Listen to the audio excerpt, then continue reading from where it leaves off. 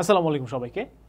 Agri গুচ্ছ exam আমাদের সামনে আছে এবং সামনে আমাদের জন্য সম্ভবত শেষ সুযোগ বা শেষ পাবলিক বিশ্ববিদ্যালয় এগ্রি গুচ্ছ পরীক্ষা আমাদের জন্য এখনও একটা আশার আলো হিসেবে কাজ করছে এবং এই শেষ সুযোগটাকে কাজে লাগানোর জন্য আমি আজকের যে ভিডিওটা বানাচ্ছি সেখানে আমরা ডিটেইলড প্ল্যানিং এবং স্ট্র্যাটেজি করব সাবজেক্ট ওয়াইজ এবং ওভারঅল অ্যাজ ওয়েল এবং মোটিভেশন সব কিছু মিলে আমরা আজকে কথা বলবো এগ্রিকালচার গুচ্ছ এক্সাম নিয়ে। ঠান্ডা মাথায়, কোনো তাড়াহুড়া নাই, ঠিক আছে?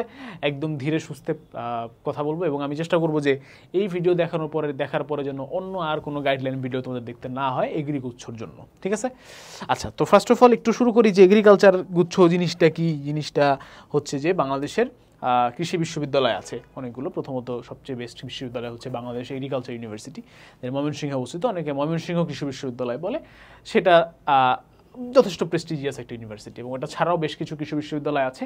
সবগুলো কৃষি বিশ্ববিদ্যালয় এখন একসাথে পরীক্ষা হয়। বিগত এটা দিয়ে মনে হয় 4th ইয়ার প্রবাবলি টানা 4 বছর ধরে গুচ্ছ আকারে পরীক্ষাটা হচ্ছে। সো এইখানে বেশ কিছু সিট আছে, এটা আমাদের জন্য বেশ সুখবর, কারণ আমাদের হাতে অলমোস্ট 3,500 সিট, হ্যাঁ 3500 প্লাস সিট আমি যতদূর জানি দেখলাম যে আছে।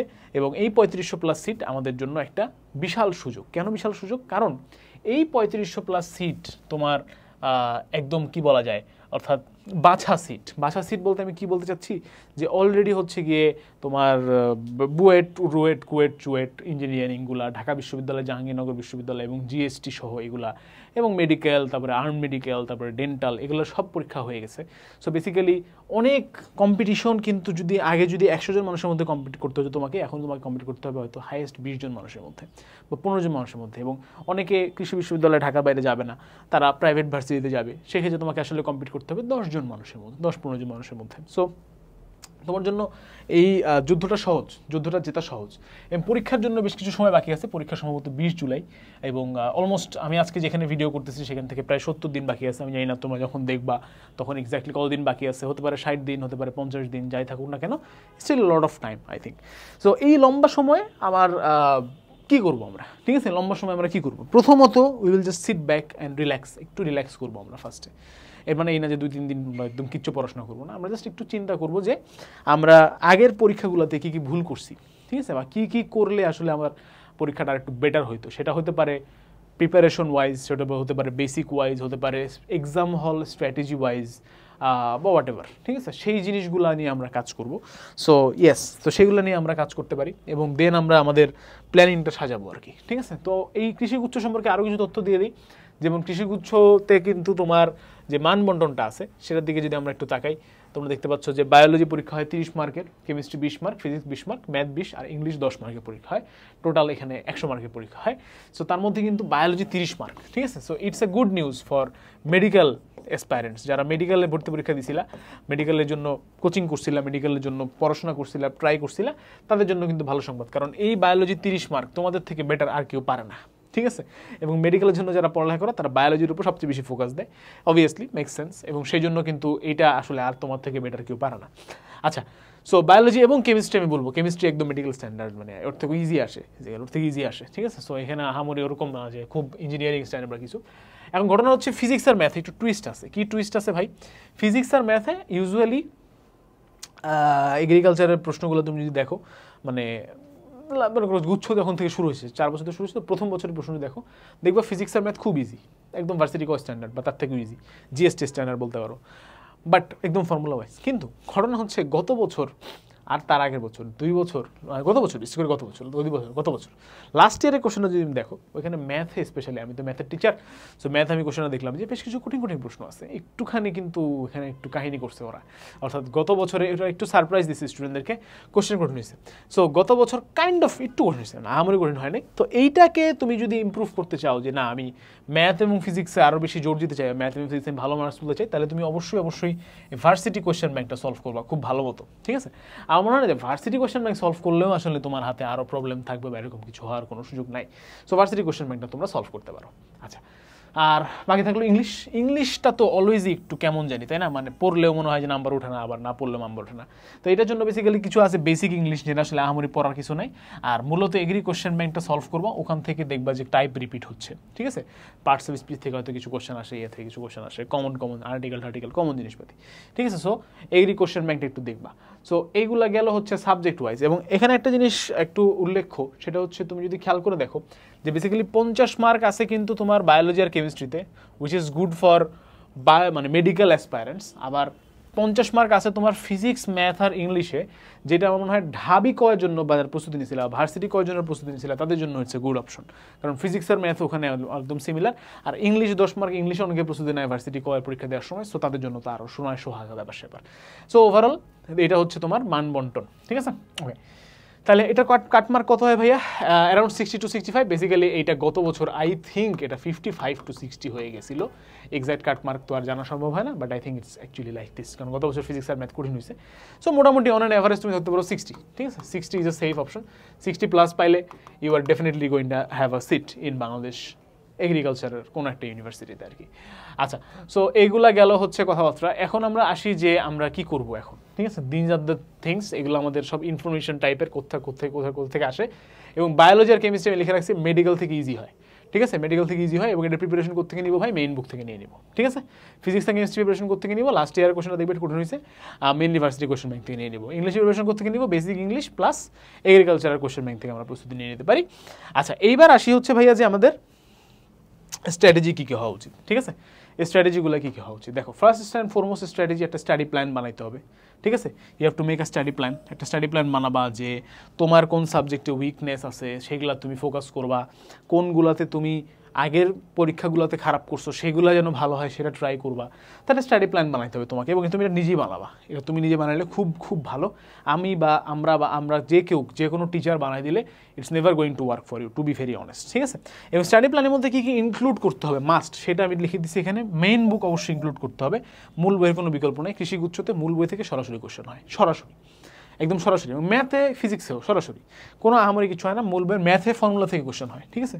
ভার্সিটি এ ইউনিট যে কোশ্চেন ব্যাংকটা আছে, ঠিক আছে? ভার্সিটি এ ইউনিট যে কোশ্চেন ব্যাংকটা আছে, বা অনেকে প্রিপারেশন বুক, কনসেপ্ট বুক যাই থাকুক না কেন তোমার হাতে, সেইখানে দেখবা টাইপ ওয়াইজ ভাগ করা থাকে এবং ছোটো ছোটো টিপস অ্যান্ড ট্রিক্স দেওয়া থাকে অনেক, ঠিক আছে? অঙ্কটা তাড়াতাড়ি করার, অপশন টেস্ট করার, ইত্যাদি ইত্যাদি, এইগুলো তুমি এখান থেকে নিতে পারবা। So varsity question bank solve করো, varsity A unit question bank. এবং যেটা মোস্ট ইম্পর্টেন্ট জিনিস সেটা হচ্ছে এগ্রিকালচার কোশ্চেন ব্যাংক। মানে কেউ যদি বলতো যে ভাই আমি একটা জিনিস পড়বো, আমাকে একটা জিনিস ধরায় দেন, আমি তাকে একটা এগ্রিকালচার কোশ্চেন ব্যাংকের বই ধরা দিয়ে বলতাম যাও পড়ো, ঠিক আছে? সো এখান থেকে টাইপ ওয়াইজ প্রচুর প্রশ্ন কমন আসে, so you have to include this. তো এই তিনটা জিনিস মিলে তোমার একটা স্টাডি প্ল্যান বানাইতে হবে সামনের 70 দিনের জন্য। তোমার হাতে সামনে হয়তো 70 দিন থাকবে না, তোমার হাতে হয়তো 50 দিন আছে বা 60 দিন আছে, যে কয়দিন থাকুক, মেক আ স্টাডি প্ল্যান যে ভাই আমি এই পড়বো, এগুলো এভাবে শেষ করবো। আচ্ছা, এখন আসি যে ভাই এই যে কোশ্চেন ব্যাংকটা যে সলভ করবো, কোশ্চেন ব্যাংকটা আমি কীভাবে সলভ করবো? This is a very important question. Question ব্যাংকটা সলভ করার জন্য তোমরা বেশ কিছু ভুল করো, ঠিক আছে? তোমরা অনেক সময় চ্যাপ্টার ওয়াইজ সলভ করো, কিন্তু চ্যাপ্টারের ভেতরে যে টাইপ ওয়াইজ আছে ভাই, টাইপ ওয়াইজ সলভ করো না। তো তোমাকে বাবা মনে রাখতে হবে যে কোশ্চেন হুবহু কমন পড়ার সম্ভাবনা খুব কম, কোশ্চেন হুবহু কমন পড়ার সম্ভাবনা খুব কম, বরং কোশ্চেন টাইপ ওয়াইজ কমন পড়ার সম্ভাবনা বেশি। তো তোমাকে কী করতে হবে? টাইপ ওয়াইজ অ্যানালাইজ করতে হবে। ধরো যে ভেক্টরের ক্রস গুণ আছে, ভেক্টরের ডট গুণ আছে, ভেক্টরের নদী নৌকার অঙ্ক আছে, এই যে টাইপ ওয়াইজ তোমাকে ফর্মুলাগুলো পড়তে হবে। ওই ধরনের অঙ্ক আসলে কীভাবে সলভ করতে হয় সেই স্ট্র্যাটেজিটা শিখতে হবে, ঠিক আছে? হুবহু কোশ্চেন মুখস্থ করে তো লাভ নেই। এই টাইপ ওয়াইজ করবো আমরা হচ্ছে, ধরো সামনে যদি 70 দিন থাকে ফর এক্সাম্পল, তাহলে তুমি type wise question bank solve করে যাবা অলমোস্ট আপ টু 40 ডেজ, ঠিক আছে? আর লাস্ট 30 ডেজে তুমি করবা ইয়ার ওয়াইজ কোশ্চেন সলভ। ইয়ার ওয়াইজ কোশ্চেন সলভ কি? প্রথমত গত 3 বছর ধরে তো কৃষিগুচ্ছ হচ্ছে, কৃষিগুচ্ছের কোশ্চেনগুলো সলভ করবা। এরপরে দেখবা যে বাংলাদেশ এগ্রিকালচার ইউনিভার্সিটি অমুক তমুক যতগুলো ইউনিভার্সিটি আছে সবগুলো ইউনিভার্সিটির আলাদা আলাদা করে কোশ্চেন আছে, ইয়ার ওয়াইজ কোশ্চেন, ওই কোশ্চেনগুলো সলভ করবা ইয়ার ওয়াইজ। অর্থাৎ একবারে ধরবা 100 মার্কের একটা পরীক্ষা দিয়ে উঠে যাবা, ঠিক আছে? টাইম ধরে পরীক্ষা দিবা, 60 মিনিট টাইম ধরবা, 100 মার্ক, হেয়ার উই গো, এভাবে পরীক্ষা দিবা, ওকে? আচ্ছা, সো পরীক্ষার কথা যেহেতু আসলে লিখে রাখছি, দেখো এক্সাম যত সম্ভব, ঠিক আছে? কারণ বোঝাই যাচ্ছে যেহেতু তোমার সামহাও তোমার কোনো একটা কিছু ভুল হচ্ছে, so there is high possibility যে তোমার আসলে এক্সাম হল স্ট্র্যাটেজি খুব একটা ভালো হচ্ছে না। তোমার এক্সাম দিতে মানে এক্সাম দিতে গিয়ে তুমি হয়তো নার্ভাস হচ্ছ, এক্সাম দিতে গিয়ে তুমি অনেক ভুল করতেছো, পারা জিনিস ভুল করে আসতেছো। এই সমস্ত ইস্যু সলভ হয়ে যাবে যদি তুমি এক্সাম বেশি দাও, ঠিক আছে? যত বেশি তুমি বাবা এক্সাম দিবা তত তোমার দেখবা যে জড়তা কেটে যাচ্ছে। এবং ট্রাস্ট মি, তুমি যদি আমাদের এখানে আমি প্রমোশনে আসতেছি একটু পর, আমাদের এখানে আমাদের কোর্সেই 100+ এক্সাম আছে, ঠিক আছে? তুমি যদি 100+ এক্সাম দাও, তুমি 1000 MCQ সলভ করতো, তাই না? এই 1000 MCQ থেকে তুমি দেখবে যে পরীক্ষার হলে মিনিমাম 20-30টা MCQ তুমি হুবহু কমন পড়ছে। এটা শুধু আমাদের না, তুমি যে কোনো জায়গায় MCQ এক্সাম দিলে এইটা কমন পাবা। সো যত সম্ভব এক্সাম দাও to make your self better and better and better. নিজের ভালো কোনো শেষ নাই, ঠিক আছে? ভালো করতেই হবে। আচ্ছা, so this is the detailed planning. আমার মনে হয় এর থেকে মানে আরও যদি মানে ভেতরে গিয়ে বলি, তাহলে আমার মনে হয় যে এটাই বলতে হবে যে বায়োলজি তোমাদেরকে যত বেশি সম্ভব তোমাকে আবার মেইন বুকটা পড়তে হবে, জাস্ট লাইক মেডিকেল প্রিপারেশন জানিসো। ফিজিক্স আর ম্যাথে বাবা ফর্মুলাগুলোর উপরে ফোকাস দাও, ঠিক আছে? ফিজিক্স আর ম্যাথে যত বেশি পারো, ঠিক আছে, যত বেশি পারো ফর্মুলার উপরে ফোকাস দাও। যত ফর্মুলা আছে সব একদম গিলে খেয়ে ফেলো। কারণ আমি দেখলাম ম্যাথের কোশ্চেন সলভিং ক্লাস আমি নিছি, তো আমি দেখলাম যে বাবা ম্যাথের কোশ্চেন সব ফর্মুলার কোশ্চেন আসতেছে। সো ওয়াই নট, ঠিক আছে, ওয়াই নট আমরা এটা ফর্মুলাগুলো সব ভালো করে পড়লে আমার মনে হয় হয়ে যাবে, ঠিক আছে? আচ্ছা, সো এই তো আমার মনে হয় যে ডিটেলড একটা প্ল্যানিং আছে। এখন আমরা কি করতেছি তোমাদের জন্য, তোমাদের এই প্রস্তুতিতে শেষ মুহূর্তে আমরা কি হেল্প করতে পারি, সেটার জন্য আমাদের দুইটা অপশন আছে। একটা হচ্ছে আমাদের কৃষি গুচ্ছ অ্যাডমিশন প্রোগ্রামের কোর্স, এবং আরেকটা হচ্ছে আমাদের এগ্রিকালচার অ্যানালাইসিস মেগা বুক, ঠিক আছে? এবং আরও একটা ফাটাফাটি সারপ্রাইজিং বুক আসতেছে সামনে, সেটার কথা আমি এখন বলবো না, কয়েকদিন পরে বলবো।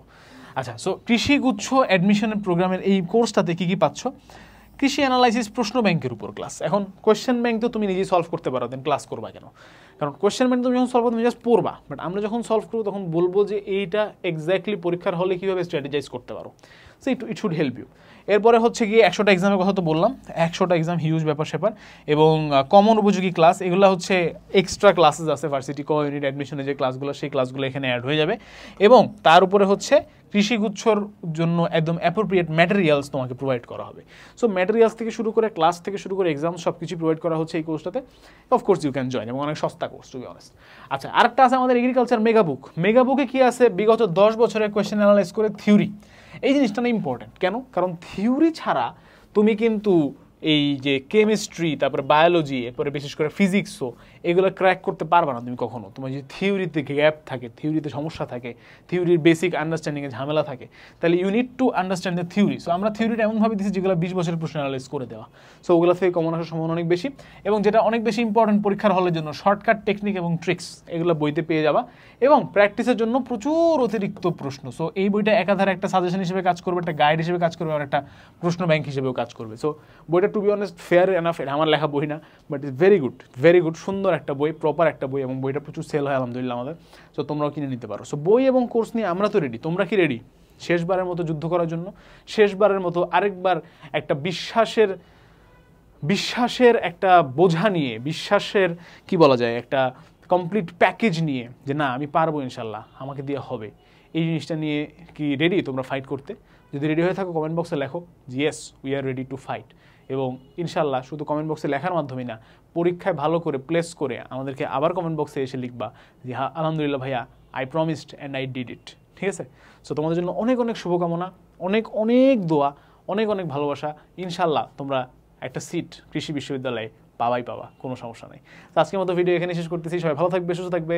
আমার নাম আকিব আহমেদ প্রত্যয়, পড়াশোনা করছি ঢাকা বিশ্ববিদ্যালয়ের ট্রিপলিতে। যারা আমাকে চিনো তারা তো চিনোই, যারা চিনো না তারা চিনে ফেললে। আজকের মতো এখানে শেষ করতে, সবাই ভালো থাকবে, সুস্থ থাকবে। আল্লাহ হাফেজ, দেখা হবে বিজয়।